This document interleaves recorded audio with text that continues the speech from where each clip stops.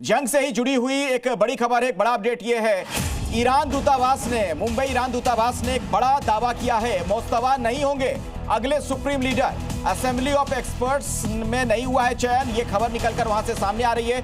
दीपक बोहरा साहब, थोड़ा आप समझाएंगे दर्शकों को इसका क्या मतलब हम निकाल सकते हैं अभी? मेरा जो मानना है सर कि यहाँ पे असेंबली ऑफ एक्सपर्ट्स 88 इसके सदस्य हैं। जब इनकी मीटिंग हो रही थी, इजराइल ने उसी बिल्डिंग को ठोक दिया था। पता नहीं इनमें से कितने जीवित हैं या कितने मार दिए गए, क्योंकि सच्चाई तो वहाँ से आती नहीं। जंग होता है तो सबसे पहले मौत होती है सच्चाई की। लेकिन अगर ये नहीं बनेगा सुप्रीम लीडर, तो ये एक, मेरे मानने में सर, अगर ये सही है कि वो नहीं बनेगा, इसका मतलब यह है कि एक संदेशा दिया जा रहा है कि हम परिवर्तन के लिए तैयार हैं। जैसा बहुत साल पहले, 150 साल पहले वो फ्रेंच दार्शनिक जॉन बैप्टिस्ट लकार ने कहा था, जितना बदलता है उतना वही रहता है। लेकिन इस बार शायद ये संदेश भेज रहे हैं कि भाई जो रेडिकल थे, इस्लामिस्ट थे, उनके साथ अब हमारा कोई लेना देना नहीं है। अब कोई मॉडरेट रेजिम आएगी तो अब हमें ठोकना बंद करिए और कुछ देखिए क्या हो सकता है। मेरा मानना ये सिग्नल है कि हम जो कट्टर जो इस्लाम था, जिसके लिए अली खमैनी साहब बाद में जाने जाते लेटर ईयर्स में, शायद उससे दूरी बनाने की कोशिश कर रहे हैं, दुनिया को बताने की कोशिश कर रहे हैं कि अब हम मॉडरेट हो रहे हैं। ठीक है, क्योंकि आज हम जो डिबेट कर रहे हैं, चर्चा कर रहे हैं, तो सोने चांदी की कीमतों के संदर्भ में भी बातचीत हो रही है। भारत जैन जी मेरे साथ जुड़े हुए हैं, आप ज्वेलरी एक्सपर्ट हैं। भारत जैन जी, एक सवाल जो मैं आज बहस के शुरू में भी पूछ रहा था, जब हम लोगों ने बातचीत शुरू की थी, कि कीमतें बढ़ती हैं, ये तो सर्वविदित तथ्य है कि अगर अस्थिरता होगी तो सोना जो है वो भागता है। लेकिन अभी एक ट्रेंड देखा जा रहा है कि कीमत बढ़ भी रही है, कभी कभी घट भी जा रही है, इसको कैसे समझा जाए? अखिलेश जी, जो ये अस्थिरता आई हुई है युद्ध के कारण, जिससे कि हमारा बिजनेस इफेक्ट हो रखा है, एमसीएक्स और क्रूड हम जो देख रहे हैं, उसके कारण ये जो उतार चढ़ाव बाजार में आया हुआ है, इसके कारण से कभी आप देखेंगे कि जैसे युद्ध शुरू हुआ, उसकी खबर से निवेशक चिंताजनक हो जाता है और सोने का चांदी का भाव बहुत ज्यादा बढ़ जाता है। बट जैसे ही कुछ अगली खबर आती है कि शांति तो हमें इसमें दिख नहीं रही युद्ध में, बट इसमें प्रॉफिट बुकिंग हो जाती है, जिससे कि हमारा क्रूड और ऑयल के साथ हमारा गोल्ड और सिल्वर इफेक्ट हो जाता है, जिसके कारण आपको उतार चढ़ाव देखने को मिलेगा। ये अगर ये युद्ध बढ़ता रहा तो आपको सोने चांदी में उतार चढ़ाव देखने को मिलेगा, बट लॉन्ग टर्म में इस साल के आखिर तक आपको सोना चांदी बहुत तेज दिखेगा।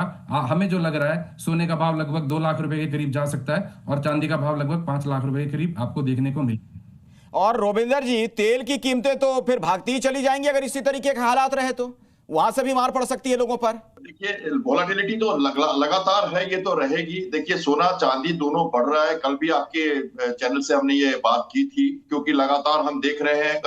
अगर हमारे भारत की बात करें तो फिलहाल जैसा हमने कहा है, हमारे पास 15-20 दिनों का तो हमारे रिफाइनरीज में और जो टैंकर इन रूट हैं उनके पास तेल है, और इसके साथ साथ हमारे जो स्ट्रेटेजिक रिजर्व्स है हमारे पास, वो भी है। तो ऑयल शॉक भारत के लिए नहीं है, ये अच्छी खुशखबरी तो है। लेकिन जब ये लेकिन नहीं, भारत के लिए सर श्याम जी, भारत के लिए आप कह रहे हैं कि तात्कालिक तौर पर नहीं है, लेकिन अगर ये लंबा युद्ध खिंच गया तब तो असर आ जाएगा उसका।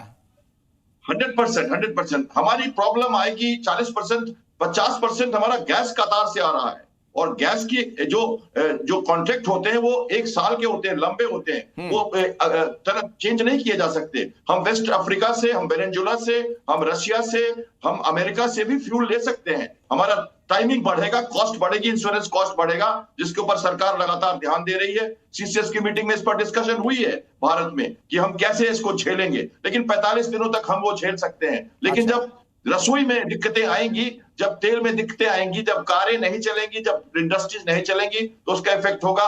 सोना साख का प्रतीक है, किसी भी देश का सोना जो होता है साख होती है उसकी, और गोल्ड रिजर्व के हिसाब से ही हम मुद्रा की एक्सचेंज करते हैं, तो सोने का दाम तो बढ़ेगा। लेकिन मुझे लगता है कि कंटेनमेंट होगी। अमेरिका के लिए चैलेंज है, मिडिल ईस्ट को रिटेलिएशन नहीं करने दे रहा, वो खुद लड़ रहा है। डिप्लोमेटिक विन मैं मानता हूं अमेरिका की, जो बहुत बड़ी बात है। सारे राष्ट्राध्यक्षों के साथ प्रेसिडेंट ट्रंप लगे हुए हैं और इजराइल अपना काम करता जा रहा है। तो जब तक ईरान में रिजीम चेंज का माहौल नहीं बनेगा, जो हमारे दीपक बोहरा जी कह रहे थे, वो बहुत जरूरी है कि उस तरह का माहौल हो। अब ऐसे में जो लोग शेयर बाजार वगैरह में लगाते हैं पैसा, वो तो फिर तो चिंतित ही रह जाएंगे। रूपा मेहता जी, आप मार्केट और कमोडिटी एक्सपर्ट हैं, मतलब बाजार के दिन सुधरते हुए नहीं दिख रहे हैं, वहां पर अच्छे दिन नहीं आने वाले हैं फिलहाल। देखिए बिल्कुल, और जहां तक सोने की बात थी, मैं ये बताना चाहूंगी यहाँ पर कि युद्ध जो ये छिड़ा है, हमने उससे पहले भी सोने में तेजी आते हुए देखी है। केवल युद्ध एक फैक्टर है जिसकी वजह से सोने की कीमतों को सपोर्ट मिला है। देखिए बहुत सारे फैक्टर है जो सोने के ऊपर इम्पैक्ट डालते हैं, जैसे कि अमेरिका की ब्याज दरों का बहुत ज्यादा इम्पैक्ट पड़ता है। डॉलर में मजबूती आएगी तो उसका इम्पैक्ट पड़ेगा, महंगाई का इम्पैक्ट पड़ता है। और अगला जो फैक्टर है, सेंट्रल बैंक की तरफ से कितनी खरीदारी की जाती है, उसका भी इम्पैक्ट गोल्ड के ऊपर पड़ता है। तो गोल्ड कॉन्टिन्यूशन में हमने पहले भी इसको 52-5300 डॉलर जाते हुए देखा है, लेकिन युद्ध की वजह से इसको थोड़ी सी प्राइसेस को एक और बूम मिला है, हम ये कह सकते हैं। और अगर देखिए युद्ध की स्थिति अगर थमती है या कुछ भी इसमें खबर निकल कर आती है कि आगे स्थितियां सामान्य हो सकती है, तो डेफिनेटली थोड़ा बहुत करेक्शन जरूर आ सकता है। लेकिन अभी का जो फंडामेंटल सिनेरियो है, आप सारी चीजों को देखिए, सारे फैक्टर्स को अगर आप ध्यान से देखेंगे तो सोने में कहीं पर भी नहीं लग रहा कि यहाँ से कोई बहुत बड़ी करेक्शन की उम्मीद है। करेक्शन की उम्मीद नहीं है। जी जी, ठीक है। तो मतलब बड़ी बात यह कि करेक्शन की फिलहाल उम्मीद ना करें लोग।